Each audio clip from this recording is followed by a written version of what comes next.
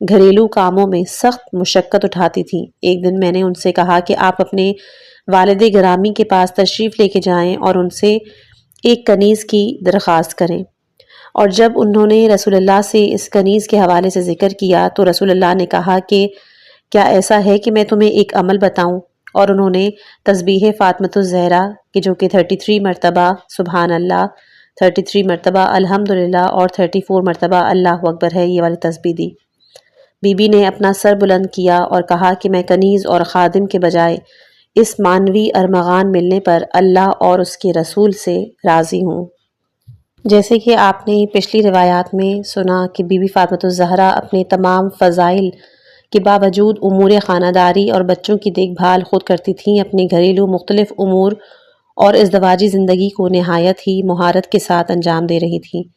مولا امیر المومنین علیہ السلام فرماتے ہیں کہ ایک دن رسول ہمارے گھر تشریف لائے، ان کی دختر فاطمہ چولہے پہ کھانا بنا رہی تھیں اور میں دال کو صاف کر رہا تھا، اس میں سے تنکے اور کنکر نکال رہا تھا۔ رسول اللہ نے کہا کہ اے علی، آپ جانتے ہیں کہ میں اللہ کے فرمان کے علاوہ کوئی بات نہیں کرتا۔ جو آدمی اپنے گھر کے امور میں اپنی زوجہ کا پیار و محبت سے ہاتھ بٹائے تو اس کے نامہ اعمال میں اس کے جسم کے بالوں کے برابر 1 سال کی عبادت لکھی جاتی ہے، اور اس کے تمام دن روزے دار کی حیثیت سے اور اس کی راتیں عبادت خداوندی میں مصروف لکھی جاتی ہیں۔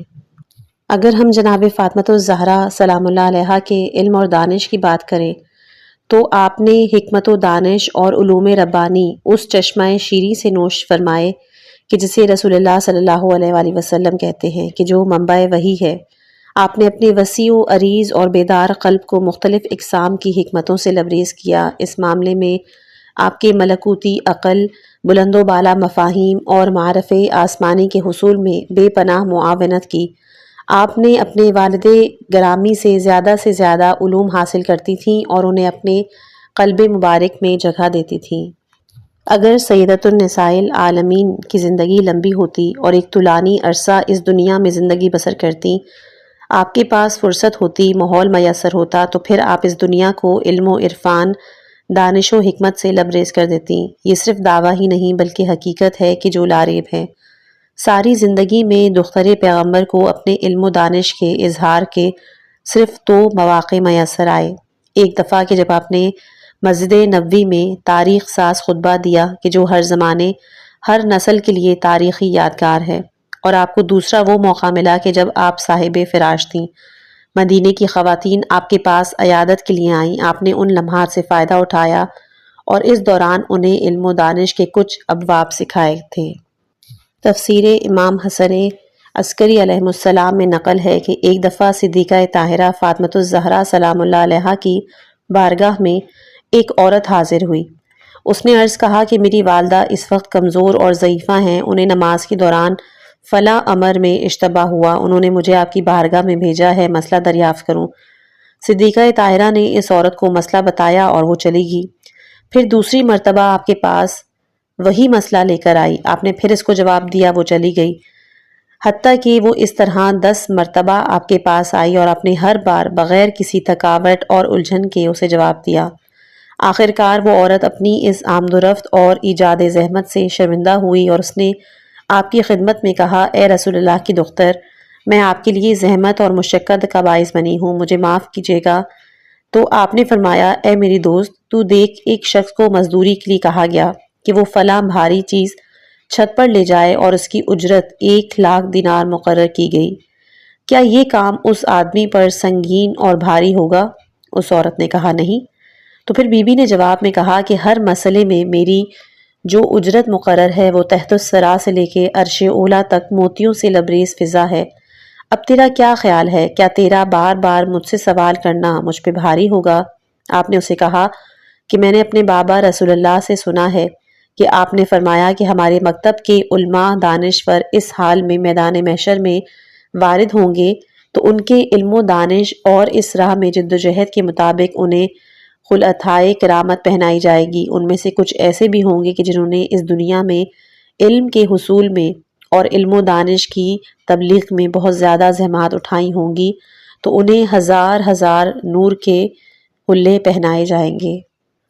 کتاب دعوت راوندی میں روایت ہے کہ ایک دفعہ امیر المومنین حضرت علی علیہ السلام کو مالی مشکل پیش آئی۔ فاطمۃ الزہرا اس مشکل کو حل کرنے اپنے والد گرامی کے پاس گئیں اور آپ نے بابا سے پوچھا کہ بابا جان، فرشتوں کی غذا کیا ہے؟ رسول اللہ نے کہا، اللہ کی حمد و ثنا اور اس کا شکر۔ پھر آپ نے پوچھا کہ انسانوں کی غذا؟ رسول نے کہا کہ مجھے اس خدا کی قسم کہ جس کے قبضہ قدرت میں میری جان ہے، 1 ماہ ہو گیا کہ میرے گھر میں کھانا پکانے کے لیے آگ روشن نہیں ہوئی۔ اے فاطمہ جان، فرشتہ وہی ہمارے لیے روحانی اور معنوی رزق و روزی لے آیا ہے، میں اسی میں آپ کو ہدیہ کر دیتا ہوں۔ پھر بی بی فاطمۃ الزہرا نے کہا کہ وہ معنوی ہدیہ کیا ہے؟ تو رسول اللہ نے پڑھنا شروع کیا، یا رب الاولین والآخرین، یا خیر الاولین والآخرین، یا ذا القوۃ المتین، یا ارحم المساکین و یا ارحم الراحمین۔ سیدۃ النساء العالمین نے اس معنوی ارمغان کو سنا اور پھر اپنے گھر واپس چلی گئی۔ مولا علی علیہ السلام انتظار میں تھے۔ پوچھا کہ کیا خبر ہے؟ تو آپ نے کہا کہ میں دنیا لینے گئی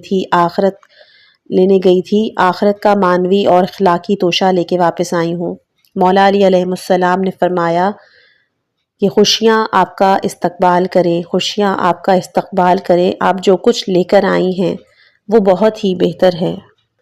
حضرت فاطمۃ الزہرا سلام اللہ علیہا اور حجاب۔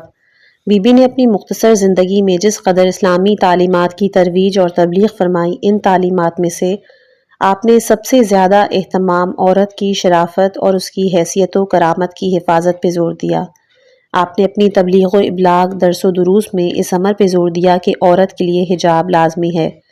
حجاب ہی میں اس کی عفت ہے، حیثیت، اس کی منزلت کی بقا ہے، کیونکہ سیدۃ النساء العالمین اپنی اجتماعی دانش کی اساس پر جامعہ شناسی میں مہارت نامہ رکھتی تھیں۔ جی ہاں، ہر زمانے میں یا اس زمانے میں یہ لاکھوں جرائم اور گناہ جو ہو رہے ہیں وہ بے پردگی، جسم کی نمود و نمائش، بے حیائی اور مردوں کے ساتھ مخلوق طرز زندگی کی بنیاد پر ہو رہے ہیں۔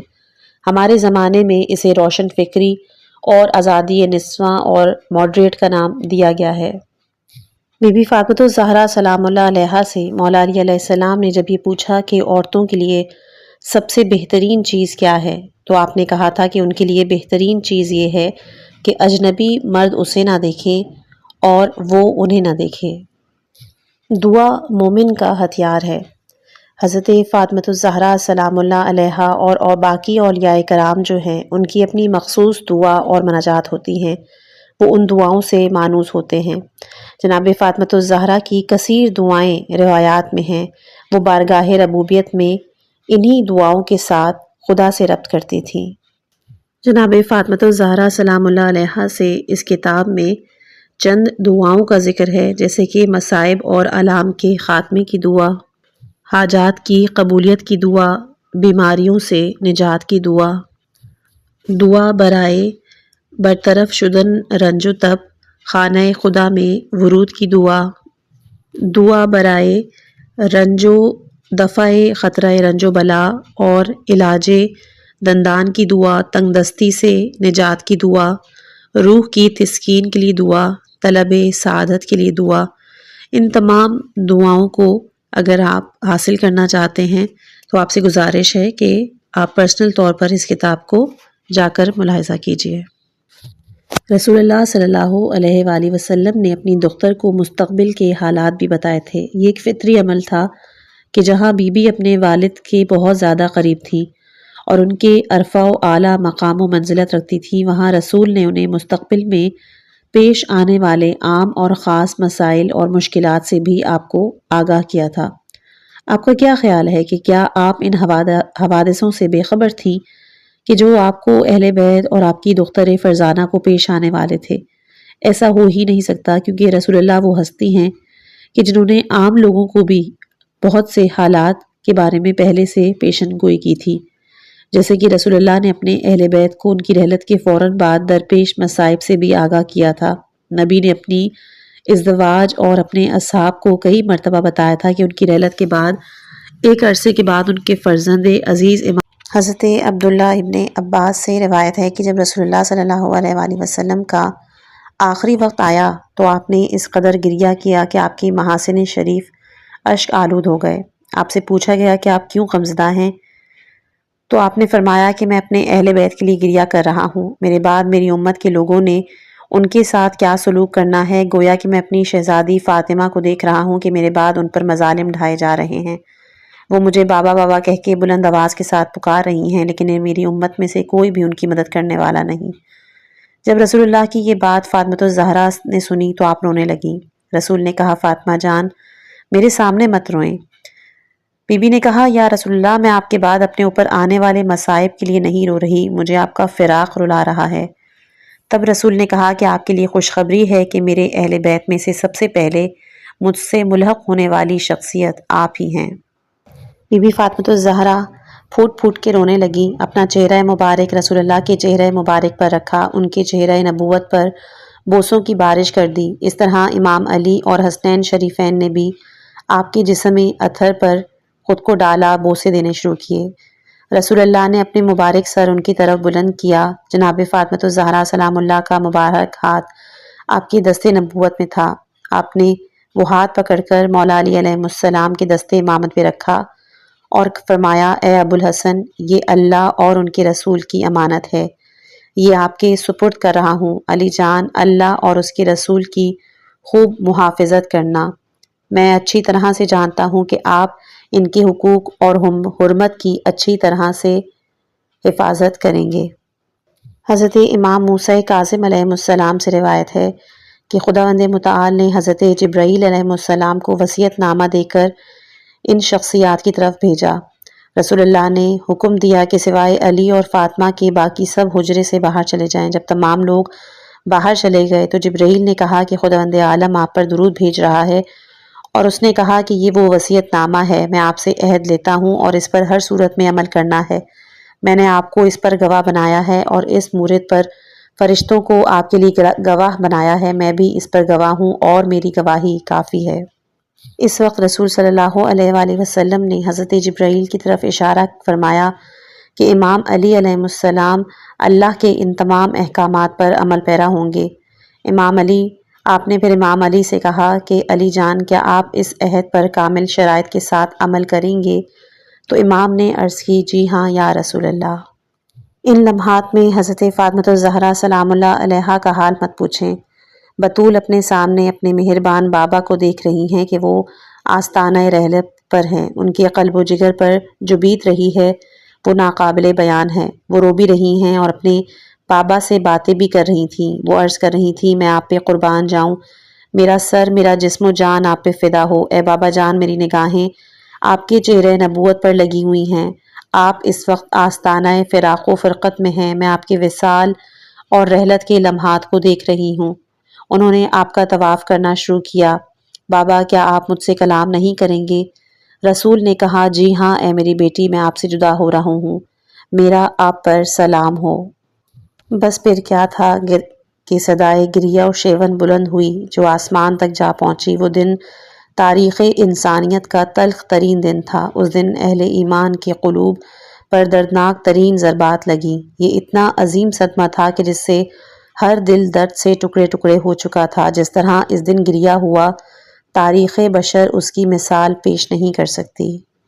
آخر کار امام علی علیہ السلام نے رسول اللہ صلی اللہ علیہ وآلہ وسلم کی تجہیز و تکفین کے لیے اٹھے۔ آپ نے رسول اللہ کو غسل دیا، کفن دیا، حنوط کیا، اور آخر وہ وقت آیا کہ اب رسول عالمین پر نماز پڑھی جائے۔ ان کی نماز جنازہ میں دوسرے لوگوں کے ساتھ نبی کی بیٹی نے بھی شرکت کی۔ جب رسول اللہ صلی اللہ علیہ وآلہ وسلم کے نازنین جسم کو دفن کیا جا رہا تھا، اس وقت نبی کی بیٹی کی مبارک آنکھیں آنسو برسا رہی تھیں۔ جب تدفین ہو گئی تو اپنے گھر واپس آئیں۔ مدینے کی خواتین نے آنا شروع کیا۔ نبی اعظم کی بیٹی کے خانہ اقدس میں خواتین کا جمع غفیر تھا۔ حضرت امام محمد باقر سے مروی ہے کہ پیغمبر صلی اللہ علیہ وآلہ وسلم کی رحلت کے بعد فاطمہ الزہرا سلام اللہ علیہا کو کسی نے ان کی زندگی میں شاداں اور خندہ نہیں دیکھا۔ حضرت فضہ فرماتی ہیں کہ پیغمبر صلی اللہ علیہ وآلہ وسلم کی رحلت کا 7واں دن تھا، لیکن آپ کی دختر فرزانہ کے نالوں میں کمی آئی اور نہ آپ کا گریہ کم ہوا۔ ہر آنے والے دن آپ کے غم میں اضافہ ہوتا۔ جب 8واں دن ہوا اور آپ کے صبر کے تمام بندھن ٹوٹے، اپنے غضب کو ضبط کرنے کی کوشش کی، لیکن آپ سے ضبط نہ ہو سکا۔ آپ کی فریادیں اپنے بابا کے فراق میں بلند ہوئیں۔ آپ کے رونے سے لوگوں نے رونا شروع کیا۔ آپ اپنے خانہ اقدس سے باہر آئیں۔ عورتوں نے فوراً اپنے گھروں کے چراغ بجھائے کہ دختر نبی کی قد و قامت آشکار نہ ہو۔ تمام عورتیں آپ کے ہمراہ روضہ رسول کی طرف رواں دواں ہوئیں۔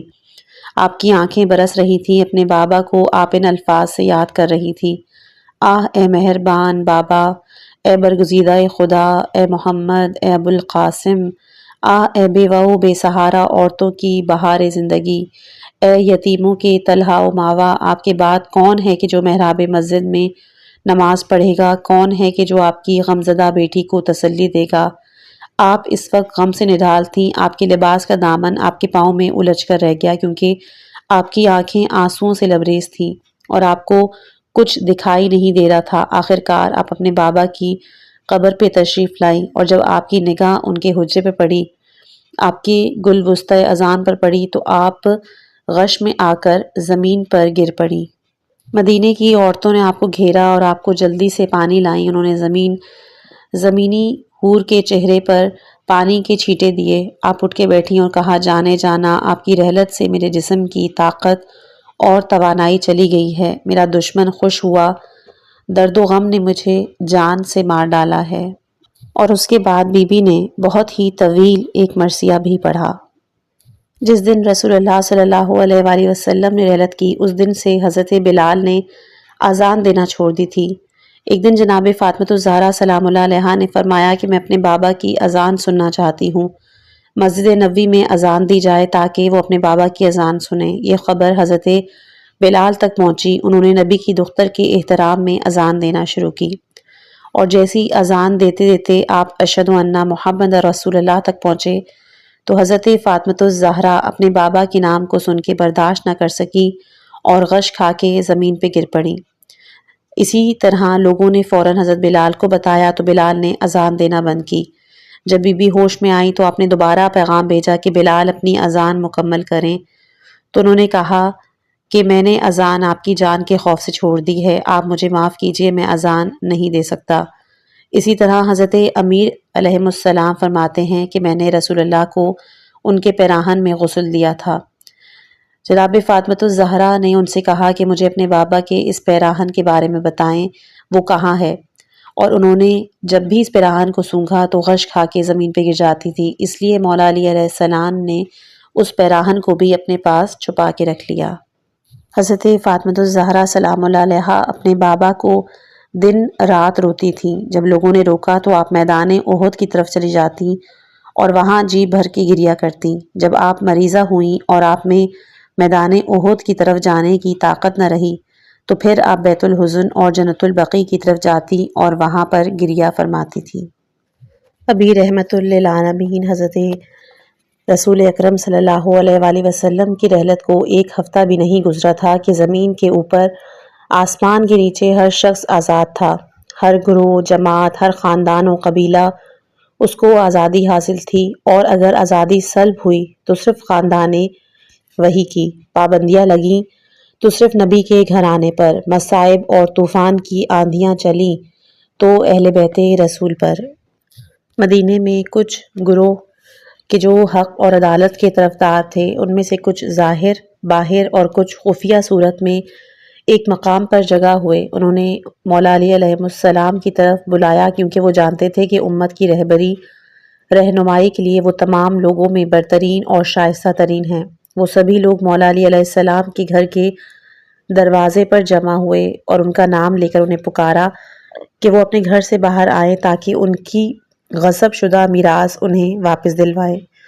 اس واقعے پر مدینے کے مسلمان دو حصوں میں بٹ گئے تھے۔ کچھ لوگوں نے حق اور عدالت کی طرفداروں کا ساتھ دیا اور کچھ لوگوں نے اس کی مخالفت کی۔ ان حالات میں اسلامی وحدت اور جمعیت افتراق اور انتشار کی صورت اختیار کرتے ہوئے نظر آنے لگی۔ اس وقت ایک حکومتی سالار کی نظر میں ابن عبادہ کی طرح امام علی علیہ السلام کا قتل ضروری نہیں تھا، تاکہ کوئی فتنہ باقی رہے اور نہ ہی اسلامی جمعیت تقسیم ہو۔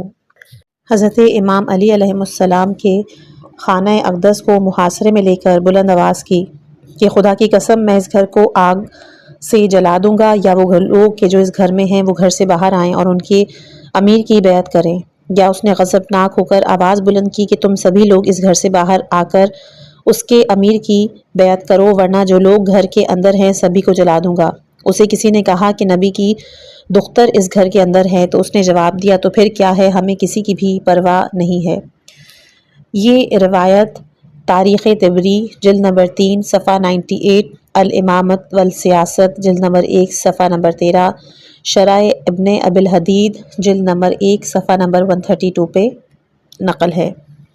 علامہ شہرستانی، یہ وہ امام فقیہ ہیں محمد بن عبد الکریم شہرستانی۔ یہ شافعی تھے اور ان کا تعلق 6 ہجری کے علماء میں سے تھا۔ انہوں نے نظام سے سنا کہ اس نے کہا کہ سالار نے بیعت کے دن دختر فرزانہ رسول اللہ کے بطن اقدس پر ضرب ماری کہ ان کے جنین محسن کا سقط ہوا، اور وہ اس وقت چیخ چیخ کر کہہ رہا تھا کہ فاطمہ زہرا کے گھر کو اور جو لوگ ان کے گھر کے اندر موجود ہیں جلا دو، حالانکہ ان کے گھر میں امام علی، حضرت فاطمہ اور حسنین علیہم السلام کے علاوہ کوئی اور نہیں تھا۔ یہ ابھی جتنی بھی روایات آپ کے سامنے پیش کی گئی ہیں وہ تمام اہل سنت والجماعت کی مستند کتابوں سے نقل ہیں۔ ان تاریخ اور حقائق کے بیان سے جو نکات ہم پہ روشن ہوتے ہیں کہ رسول کی رحلت کے بعد لوگوں نے ان کی اہل بیت کے ساتھ جو سلوک کیا وہ نہایت ہی دردناک اور افسوسناک ہے۔ ان لوگوں نے رسول اللہ کی دختر فرزانہ کی حرمت کا پاس کیا، اور نہ ہی ان کے خانہ اقدس کی حیا، کہ جس خانہ اقدس میں رسول داخل ہونا چاہتے تو آپ اپنی بیٹی سے اجازت لیتے تھے۔ نہ ان لوگوں نے ان کے شوہر نامدار امام علی علیہ السلام کی عظمت کا لحاظ کیا، نہ ہی ان کے شہزادوں حسنین شریفین کی منزلت کا خیال رکھا، اور نہ ہی ان لوگوں نے خود رسول اللہ صلی اللہ علیہ وآلہ وسلم کی حرمت کو مد نظر رکھا کہ وہ جس گھر پر حملہ آور ہیں وہ گھر کس کا ہے اور اس گھر کا مقام کیا ہے۔ نبی کی بیٹی کے دروازے پر گھیراؤ اور جلاؤ کا ماحول تھا۔ اپنے گھر کے دروازے کے پیچھے کھڑی تھیں، آپ کے سر اقدس پہ چادر تھی۔ جب اس گروہ نے آپ کے خانہ اقدس کے حریم پر یورش کی تو آپ نے اپنے دروازے کے پیچھے دیوار کے ساتھ کھڑے ہو کر پناہ لینے کی کوشش کی کہ گھر میں داخل ہونے والے مردوں کی نگاہیں آپ پہ نہ پڑیں۔ اس وقت 6 ماہ کا بچہ آپ کے شکم میں تھا۔ ان حملہ آوروں نے دروازے کو اس قدر دیوار کی طرف دھکا دیا کہ شدت درد و رنج سے آپ کی فریادیں بلند ہوئیں اور حضرت محسن شہید ہو گئے۔ یہ بھی روایت میں ہے کہ جب آپ کو فشار دیا جا رہا تھا تو دروازے میں پیوست ایک میخ کہ جس کا نوک والا حصہ بڑا ہوا تھا وہ بھی نبی کی بیٹی کے جسم اتھر میں پیوست ہو کر رہ گئی۔ درد کی ٹیسیں تھیں کہ جن کے جسم میں اٹھ رہی تھیں۔ ادھر آپ کے خانہ اقدس میں ہجوم داخل ہو چکا تھا۔ انہوں نے آپ کے شوہر نامدار کو گرفتار کر لیا تھا۔ ان کی کوشش تھی کہ امام علی کو باہر لے جائیں۔ ادھر خاتون جنت شدید درد میں مبتلا تھیں، ادھر ان کی نگاہیں جناب امیر کے مصائب پر تھیں۔ اپنی تکلیف کے باوجود اپنے شوہر کے دفاع کے لیے جرأت و بہادری کے ساتھ ہجوم کی طرف بڑھیں اور اس جبر و استبداد کے سامنے جرأت اور مقاومت کا مظاہرہ کیا، لیکن اس ہجوم نے رسول اللہ کی عزیزہ کا کوئی بھی حیا نہیں کی۔ ان سے جو استبداد ہو سکتا تھا وہ کر گزرے، حتیٰ کہ شبیہ رسول اللہ پہلے ہی درد میں مبتلا تھی، اب آپ بیرونی طور پر بھی زخمی ہو گئی تھیں۔ ایک شخص نے اپنی تلوار کے جو نیام میں تھی وہ نکالی، اسے بلند کی اور بی بی کے پہلو میں دے ماری۔ ادھر بطول کی فریادیں بلند ہوئیں۔ پھر اسی شخص نے تازیانہ لے کر خاتون جنت کے بازو پر مارنا شروع کیا۔ ادھر رسول اللہ کی بیٹی کو تازیانے لگ رہے تھے اور ادھر بی بی درد سے آہو فغاں کر رہی تھی کہ بابا تیری رحلت کے بعد ان دونوں نے میرے ساتھ کیا سلوک کیا۔ ادھر امیر المومنین علیہ السلام نے سالار کے جب اس سلوک کو دیکھا تو آپ غضبناک ہوئے، بڑی تیزی کے ساتھ اس پر جھپٹے، اسے اس کے کمر بند سے پکڑ کر زمین پر دے مارا، اس کی ناک کو رگڑ دیا۔ آپ نے چاہا کہ اسے قتل کریں، لیکن آپ کو رسول اللہ کا عہد و پیمان یاد آیا کہ اے علی درپیش مصائب پر صبر کرنا، تو آپ نے سالار کو چھوڑا اور کہا کہ اے پسر فنا، اگر اللہ کی کتاب کا فیصلہ نہ ہوتا اور رسول اللہ کی وصیت نہ ہوتی تو تجھے پتہ چل جاتا کہ تو کیسے میرے گھر میں داخل ہوا، تجھے کیسے جرأت ہوئی کہ میرے گھر میں داخل ہو اور میرے گھر والوں کے ساتھ ایسا سلوک کرو۔ اس شخص نے فوراً اپنے ہمراہیوں کو آواز دی اور وہ تمام ہجوم بی بی کے گھر میں داخل ہوا اور ان کو محاصرے میں لیا اور مولا علی علیہ السلام کے گلے میں رسی ڈال کر انہیں گرفتار کرنے کی کوشش کی تاکہ مسجد میں لے جائیں، انہیں بیعت پہ مجبور کریں۔ لیکن اس دوران پیغمبر کی بیٹی اس ہجوم کے سامنے سینہ سپر ہوئیں۔ اسی دوران قنفس نے آپ پر تازیانے برسائے۔ یہ وہ ضربات تھیں کہ جو بعد میں آپ کی شہادت کا سبب بنی، کیونکہ ان تازیانیوں کی ضربتوں سے آپ کے بازو اور پہلو زخمی ہوئے تھے۔ آقا محسن شہید ہوا تھا۔ اس واقعے نے آپ کو صاحب فراش کیا اور آخر ان زخموں کی تاب نہ لاتے ہوئے شہادت کی منزل پر پہنچی اور اس دنیا سے رخصت ہو گئیں۔ خاتون جنت اس عالم میں جناب فضہ کی آغوش میں غشی کے عالم میں تھیں۔ ادھر وحشت زدہ خردسال بچوں کے رونے کی آوازیں ان کے کانوں میں پہنچیں تو ان کی آنکھیں کھلیں اور اپنے گھر پر نظر کرتے ہوئے کہا، اے فضہ، علی کہاں ہیں؟ جناب فضہ نے روتے ہوئے عرض کی کہ لوگ انہیں مسجد میں لے گئے ہیں۔ جو ہی دختر نبی نے سنا کہ لوگ علی کو مسجد کی طرف لے گئے ہیں، آپ تڑپ کے اٹھیں، اپنے غم و آلام بھولیں۔ حالانکہ ان کے جسم میں درد کی ایک لہر اٹھتی، ابھی وہ ختم بھی نہ ہوئی تھی تو دوسری اٹھتی جس سے رسول اللہ کی بیٹی تڑپ کے رہ جاتی۔ فوراً اپنے آئینی ارادے اور شہامت و شجاعت کے ساتھ مسجد کا رخ کیا تاکہ امیر حریت اور عدالت کی نصرت کریں۔ سیدہ نساء العالمین نے مسجد کا رخ کیا تاکہ وہاں کے ماحول اور حالات کو دیکھیں۔ محدثین اور مورخین نے بیان کیا کہ امام علی علیہ السلام کو پیش کیا گیا اور وہ اس وقت فرما رہے تھے کہ وہ اللہ کے بندے اور اس کے رسول کے بھائی ہیں۔ انہوں نے کہا کہ امیر کی بیعت کرو۔ انہوں نے جواب دیا کہ میں تم سے اس امر کا سب سے زیادہ حقدار ہوں، میں تمہاری بیعت نہیں کروں گا، تمہیں میری بیعت کرنی چاہیے۔ تم نے انصار سے یہ امر حاصل کرتے ہوئے انہیں یہ دلیل دی تھی کہ وہ رسول اللہ سے قرابت رکھتے ہیں، اس لیے وہ خلافت کے حقدار ہیں۔ تم لوگوں نے اہل بیت رسول سے ان کا حق کیوں غصب کیا ہے؟ وہیں پر ایک شخص موجود تھا کہ جس نے مولا علی علیہ السلام سے کہا کہ جب تک آپ بیعت نہیں کریں گے میں آپ کو نہیں چھوڑوں گا۔ جناب فاطمہ الزہرا سلام اللہ علیہا اس وقت اپنے دونوں شہزادوں کے ساتھ اور کچھ ہاشمی خواتین کے ہمراہ وہاں موجود تھیں۔ جب آپ نے مولا علی علیہ السلام کو وہ دینے والی قتل کی دھمکی سنی تو آپ نے شہامت کا مظاہرہ کرتے ہوئے بلند آواز سے کہا کہ میرے چچا کے فرزند سے اپنا ہاتھ اٹھا لیجئے، میرے شوہر نامدار کو رہا کیجئے۔ خدا کی قسم اگر تم نے ان سے یہ جبر سے بھرپور ہاتھ نہ اٹھایا تو میں اپنے سر سے اپنی چادر اتار کے رسول اللہ کی قمیض اپنے سر پہ رکھ کر تمہیں بد دعا کروں گی۔ آپ نے اپنے دونوں شہزادوں کا ہاتھ تھاما اور رسول اللہ صلی اللہ علیہ وآلہ وسلم کی مرقد منور کی طرف رخ کیا۔ جب امیر المومنین علیہ السلام تو فوراً آپ نے سلمان فارسی سے کہا کہ اے سلمان جلدی کیجئے، دختر پیغمبر کو ان کی مبارک قبر پر نہ جانے دیجئے۔ جناب سلمان فوراً رسول اللہ کی دختر کے قریب آئے اور عرض کی، اے محمد کی دختر، اللہ نے انہیں اپنی رحمت بنا کے بھیجا ہے، آپ واپس گھر تشریف لے آئیں۔ آپ نے کہا، سلمان یہ لوگ مولا علی کو قتل کرنا چاہتے ہیں، میرے صبر کا پیمانہ لبریز ہو چکا ہے۔ جناب سلمان نے کہا کہ مجھے خوف ہے کہ اگر آپ نے بد دعا کی تو مدینے کی زمین دھس جائے گی۔ حضرت امیر نے مجھے آپ کی طرف بھیجا ہے، ان کا فرمان ہے کہ آپ واپس اپنے خانہ اقدس کی طرف تشریف لے جائیں۔ یہ سن کر پیغمبر کی بیٹی نے کہا کہ اگر ایسی بات ہے تو میں واپس جاتی ہوں اور میں صبر سے کام لوں گی، میں ان کے فرمان کی دل و جان سے تعمیل کرتی ہوں۔ المختصر اگر سیدۃ النساء العالمین خاتون جنت یہ کوشش اور کاوش نہ کرتیں تو انہیں ان لوگوں سے نجات نہ دلاتیں تو وہ ضرور حضرت امیر کو بیعت پر مجبور کر دیتے۔ اب ہم ماجرائے فدق کے حوالے سے کچھ کلام پیش کریں گے۔ اللہ تعالیٰ نے قرآن مجید میں سورہ روم آیت نمبر 38 میں فرمایا کہ پس تم قریبی رشتہ داروں کو، مسکین اور مسافر کو ان کا حق دے دو، یہ ان لوگوں کے لیے بہتر ہے کہ جو اللہ کی رضامندی چاہتے ہیں اور یہی لوگ فلاح پاتے ہیں۔ آپ نے اس آیہ شریفہ میں غور کیا کہ خداوند تعالیٰ اپنے پیغمبر گرامی کو حکم دے رہا ہے کہ اپنے قریبوں کو ان کا حق دیا جائے۔ اب سوال یہ بنتا ہے کہ رسول اللہ کے قریبی کون ہیں اور ان کا حق کیا ہے؟ ہم نے اس سے قبل آیہ قربہ اور آیہ مودت کے ضمن میں ذکر کیا تھا کہ قربہ سے مراد رسول اللہ صلی اللہ علیہ وآلہ وسلم کے قریبی ہیں اور وہ حضرت علی، حضرت فاطمہ اور حسنین شریفین علیہم السلام ہیں۔ ابو سعید خدری اور دوسرے راویوں نے یہ بیان کیا کہ جس وقت یہ آیت نبی پر نازل ہوئی تو آپ نے فوراً فدق جناب زہرا سلام اللہ علیہا کے حوالے کی، اور یہی روایت امام محمد باقر اور امام جعفر صادق علیہ السلام سے بھی مروی ہے۔ علماء اہل سنت میں کتاب کنز الاعمال جو کہ مسند احمد بن حنبل کے حاشیے میں ہے، حاکم نے اپنی تاریخ میں، علامہ سیوطی نے اپنی تفسیر میں ابن ابی الحدید نے شرح نہج البلاغہ میں بھی یہی چیز نقل کی ہے۔ اب سوال یہ بنتا ہے کہ یہ فدق ہے کیا؟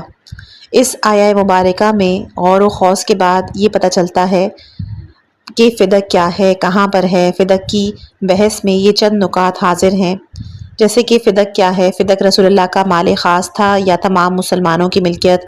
کیا رسول اللہ نے فدق اپنی دختر فرزانہ کو اپنی زندگی میں دی یا نہیں؟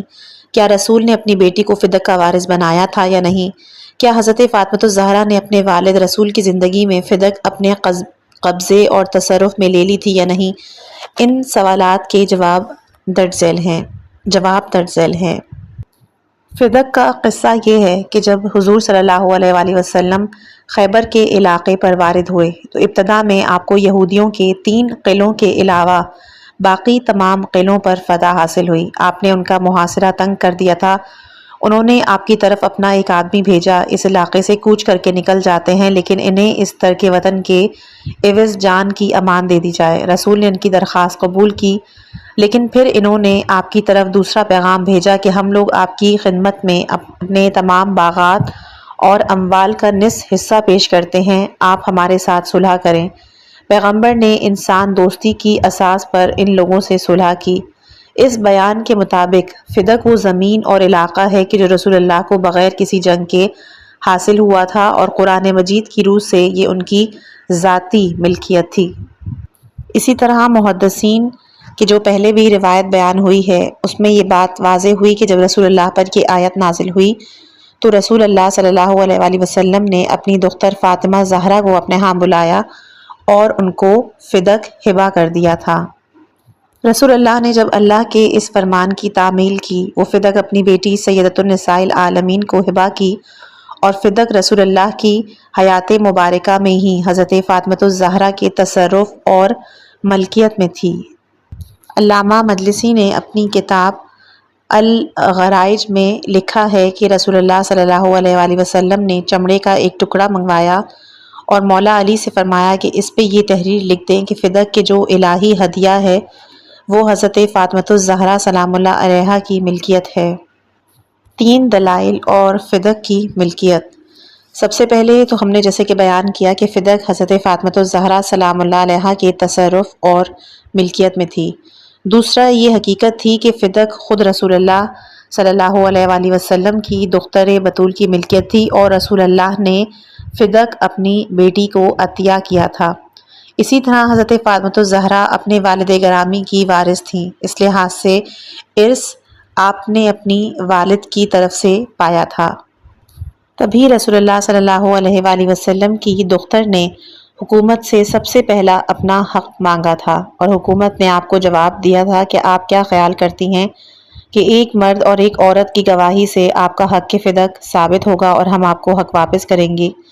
علامہ طبرسی نے نقل کیا ہے کہ بی بی تشریف لائیں اور کہا کہ قسم کہ تم نے میرے باپ رسول کی میراث مجھ سے کیوں چھینی ہے؟ تم نے فدق سے میرا وکیل بے دخل کیا، حالانکہ اللہ کے رسول نے فدق اللہ کے حکم سے ہی میری ملکیت میں دیا تھا۔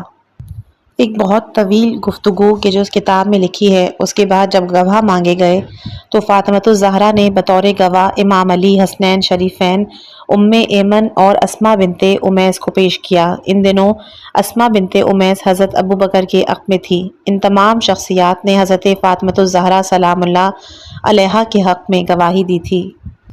اہل بیت رسول اللہ کے سیاسی حریفوں نے کہا کہ جہاں تک امام علی ہیں تو وہ فاطمہ کے شوہر ہیں، حسنین ان کے بیٹے ہیں، ام ایمن ان کی گھر کی کنیز ہیں، اور جہاں تک اسماء بنت امیس کی بات ہے تو وہ جعفر بن ابی طالب کی زوجہ رہ چکی ہیں، تو ہر صورت میں بنو ہاشم کے حق میں گواہی دیں گی۔ علاوہ ازیں یہ دونوں خواتین ان کی شاگردہ بھی ہیں، ان میں سے ہر ایک اپنے اپنے نفع کی تلاش میں ہوگا، ہم ان کی گواہی کو نہیں مانتے۔ مولا علی علیہ السلام نے اپنے سیاسی حریفوں کو جواب دیا کہ حضرت فاطمہ رسول اللہ کے مبارک جسم کا حصہ ہیں، جس نے انہیں اذیت دی اس نے رسول اللہ کو اذیت دی، اور جس نے ان کی تکذیب کی اس نے رسول اللہ کی تکذیب کی۔ حسنین شریفین دونوں رسول کے فرزند ہیں، جنت کے جوانوں کے سردار ہیں، جس نے ان دونوں کو جھٹلایا اس نے رسول کو جھٹلایا، جبکہ اہل جنت سب سچے ہیں تو ان کے سردار کیسے سچے نہ ہوں گے۔ حکومت نے یہ تمام حقائق سننے کے باوجود بھی یہی جواب دیا کہ آپ کی بات بالکل ٹھیک ہے، لیکن ان لوگوں کی گواہی کہ جو اپنے فائدے کے لیے دے رہے ہیں وہ ہم قبول نہیں کریں گے۔ اس کے بعد مولا علی علیہ السلام نے جناب فاطمۃ الزہرا سلام اللہ علیہا سے کہا کہ اب آپ واپس اپنے گھر کی طرف لوٹ جائیں، خداوند تعالیٰ ہی فیصلہ فرمائے گا کیونکہ وہی بہترین فیصلہ کرنے والا ہے۔ یہاں ممکن ہے بعض لوگ یہ خیال کریں کہ سیدۃ النساء العالمین کائنات کی پارسا ترین خاتون تھیں، انہیں دنیاوی زرق و برق سے کوئی دلچسپی نہ تھی، ان کا قلب مبارک اس فانی دنیا اور اس کے جلووں سے دور، بہت دور تھا۔ کیا وجوہات تھی کہ جن کی بنا پر خاتون جنت نے اپنے حقوق کی بازیابی کے لیے تاریخی اقدام اٹھایا؟ ان سوالات کے جوابات ممکنہ حد تک کہ جو اذہان میں آتے ہیں وہ درج ذیل ہیں۔ پہلا تو یہ کہ حکومت نے فوراً ہی سیدہ زہرا کی ملکیت اور میراث کو اپنے قبضے میں لے لیا۔ اس قدم سے ان کا مقصد یہ تھا کہ اہل بیت رسول کو اقتصادی، مالی طور پر کمزور کر دیا جائے تاکہ مولا علی علیہ السلام فقر تہی دستی سے دوچار ہو جائیں، اور یہ ان کی سازش تھی جس کو بے نقاب کر دیا گیا۔ دوسرا، فدق کی زمینیں اور باغات کا سالانہ محصول کوئی معمولی محصول نہیں تھا۔ فدق اور اس کی زمینوں کی سالانہ آمدنی ایک بہت بڑی مالی ثروت تھی جسے چشم پوشی کسی صورت میں بھی صحیح نہیں۔ تیسرا، حکومت کا خیال تھا کہ اگر فاطمۃ الزہرا کا جاگیر فدق والا مطالبہ تسلیم کرتے ہیں تو اس مطالبے کے تسلیم ہونے کے بعد پھر وہ اپنے شوہر کے لیے خلافت اور حکومت کا بھی مطالبہ کریں گی۔ چوتھا کہ ہمیں ہمیشہ حق طلب کیا جاتا ہے، حق بغیر مطالبے کے نہیں ملتا۔ جس انسان کا حق غصب کیا گیا ہے اس کے لیے ضروری ہے کہ وہ اپنے حق کو طلب کرے کیونکہ وہ اس کا حق ہے۔ پانچواں کہ اگر انسان زاہد ہو، تارک دنیا ہو، آخرت کی طرف متوجہ ہو، پھر بھی اسے دنیاوی مال کی ضرورت ہوتی ہے۔ خاندان اہل بیت کی یہی غرض تھی کہ وہ اپنی میراث و ملکیت سے اسلام اور مسلمانوں کی خدمت کر کے اپنے رب کی خوشنودی حاصل کریں۔ چھٹا یہ کہ کبھی حکومت اور دانش کا تقاضا ہوتا ہے کہ انسان اپنے غصب شدہ حق کا مطالبہ کرے۔ جب وہ اپنے حق کو طلب کرتا ہے تو وہ دو صورتوں میں سے ایک صورت کے ساتھ ضرور ہمکنار ہوتا ہے، یا تو وہ اپنے حق طلبی میں کامیاب ہوتا ہے یا پھر اپنا ضائع حق پا لیتا ہے یا وہ کامیاب نہیں ہوتا، لیکن اس صورت میں اس پر ہونے والا ظلم سب لوگوں پر ظاہر ہوتا ہے اور اس کی مظلومیت دنیا کے سامنے آ جاتی ہے۔ ساتواں، صاحبان فکر کوشش اور کاوش ہوتی ہے کہ لوگوں کے قلوب کو اپنی طرف متوجہ کریں، تو وہ اس امر میں مال اور ثروت کو استعمال کرتے ہیں، وعدہ کر کے ان کا ایذا کرتے ہیں، خوش اخلاقی اپناتے ہیں۔ ان طریقوں سے وہ قلوب کو تبدیل کرتے ہیں، لیکن تمام وسائل میں افضل ترین وسیلہ کہ جو قلب کو اپنی طرف کھینچتا ہے وہ اظہار مظلومیت ہے، کیونکہ قلوب مظلوم سے متاثر ہوتے ہیں، اس لیے محبت پیدا ہوتی ہے۔ ان کے علاوہ اور اسباب اور عوامل بھی ہیں کہ جن کے ذکر کی اس کتاب میں گنجائش نہیں ہے۔ رسول اللہ صلی اللہ علیہ وآلہ وسلم نے اپنے حق مانگنے کے لیے مسجد نبوی کا رخ کیا تھا، حاکم کے گھر کا رخ نہیں کیا، اور آپ نہیں چاہتی تھی کہ صرف حاکم کے ساتھ گفتگو ہو، بلکہ آپ چاہتی تھی کہ اسلامی مرکز میں جائیں اور مسلمانوں کے انبوہ کثیر میں اپنے حق کا مطالبہ کریں۔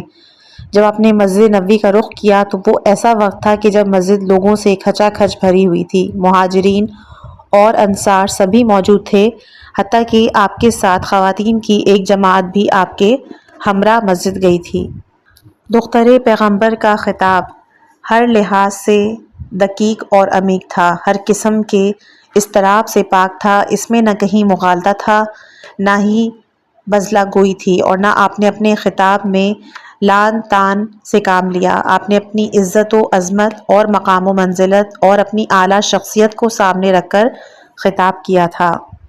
خاتون جنت اس مقام پر تشریف فرما ہوئیں کہ جو آپ کے لیے پس پردہ بنائی گئی تھی۔ شاید کہ آپ اپنے بابا کی رحلت کے بعد پہلی دفعہ اس صورت میں مسجد میں آئی تھیں۔ اس کے بعد ہے ملکوتی خطبے کے نکات کہ جو انشاءاللہ ہم اپنی آنے والی اگلی آڈیو میں پیش کریں گے۔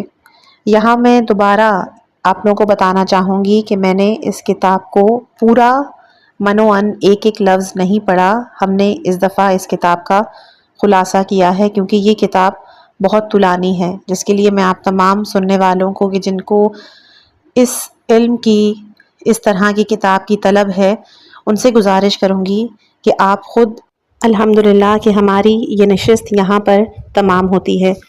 دعا ہے کہ اللہ تعالی ہمیں سیدہ فاطمۃ الزہرا سلام اللہ علیہا کی سیرت طیبہ سے رہنمائی حاصل کرنے، ان کی اطاعت اور محبت کو دل میں زندہ رکھنے اور دین اسلام پر استقامت کے ساتھ عمل کرنے کی توفیق عطا فرمائے۔ اللہ تعالی ہمارے دلوں کو نور ایمان سے منور کرے، ہماری دعاؤں کو اپنی بارگاہ میں شرف قبولیت عطا کرے اور ہمیں نبی کریم صلی اللہ علیہ وآلہ وسلم اور اہل بیت اطہار کی شفاعت نصیب فرمائے، آمین یا رب العالمین۔ اگر آپ کو میری یہ کاوش پسند آتی ہو تو مجھے کمنٹ کر کے بھی ضرور بتائیے گا، اور اس چینل کو لائک، شیئر اور سبسکرائب ضرور کیجیے گا۔ والسلام علیکم ورحمۃ اللہ وبرکاتہ۔